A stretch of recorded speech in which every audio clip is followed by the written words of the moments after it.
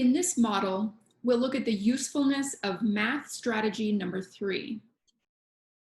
Solve in the easiest way for you, such as back solving, estimating, drawing a picture, or writing an equation.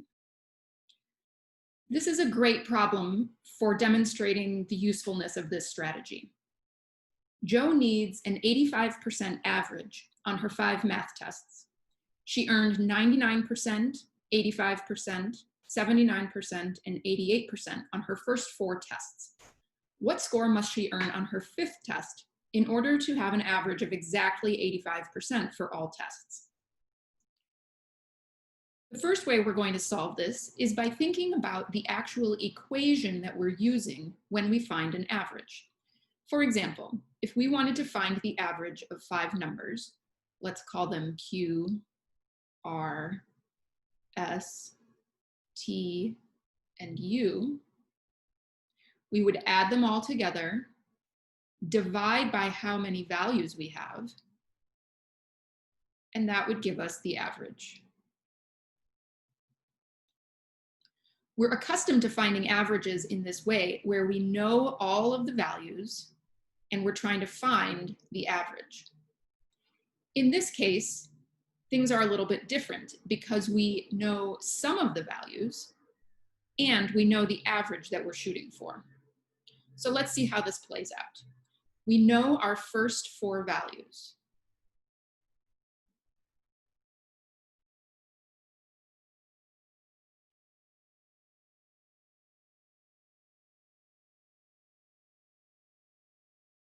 But one value is still unknown.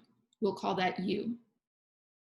As always, we're going to divide by how many values we have, in this case 5. And instead of the average being unknown, we can fill this in because what we're shooting for is an 85%. Now that our equation is set up, we just apply the rules of algebra. First, we want to clear this 5 from the denominator of the fraction. So we'll multiply this entire side by 5. We'll multiply this entire side by 5. These 5s cancel. And we get our numerator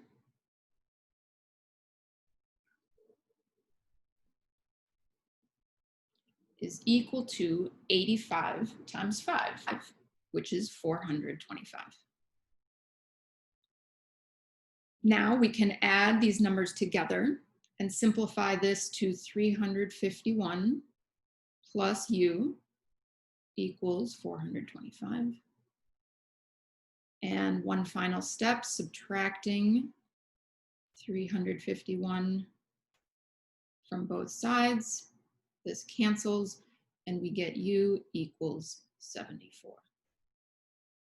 So this unknown value, the thing that was missing from our equation, is 74, and we know the answer is A. So that's one way to solve the problem. But our purpose here is to look at the fact that there are multiple ways to solve any given problem. If algebraic equations make sense to you and this works for you, then go ahead and use this method. But maybe you want to try something else.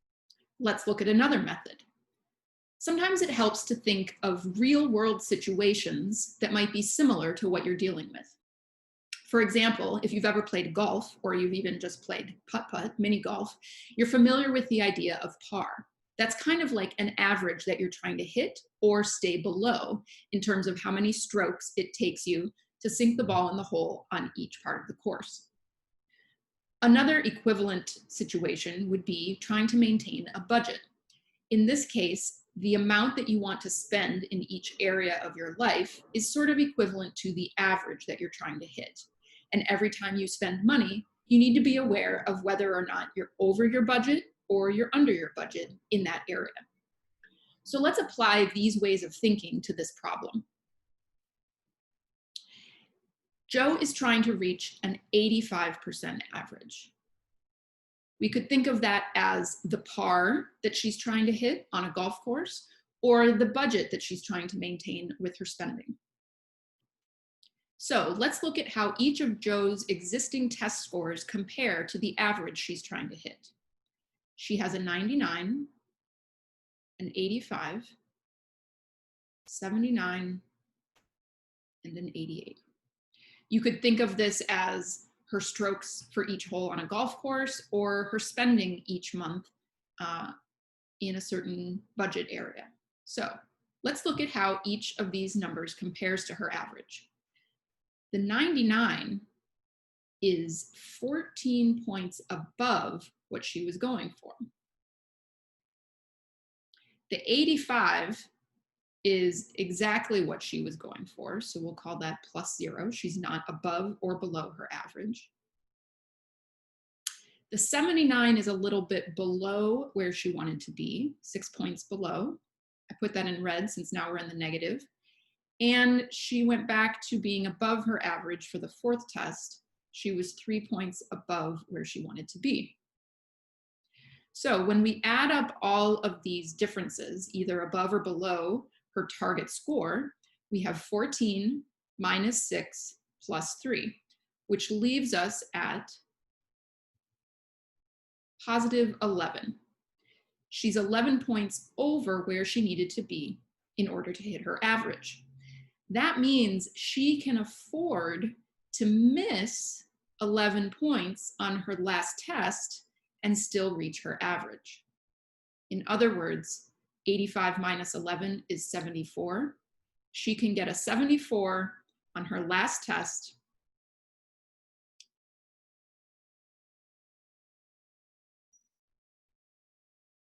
she'll be 11 points below where she wanted to be. And because it all tallies to 0, we know she has hit her target. In other words, the answer is A, 74%. Often there is not just one correct way to solve a math problem. It's important to be familiar with the different ways of solving, but even more importantly, to know what works for you so that you can quickly and efficiently decide what method you're going to use and apply that on the test. Similarly, if one method doesn't work, you can think about what other methods could I use that might help me solve this problem.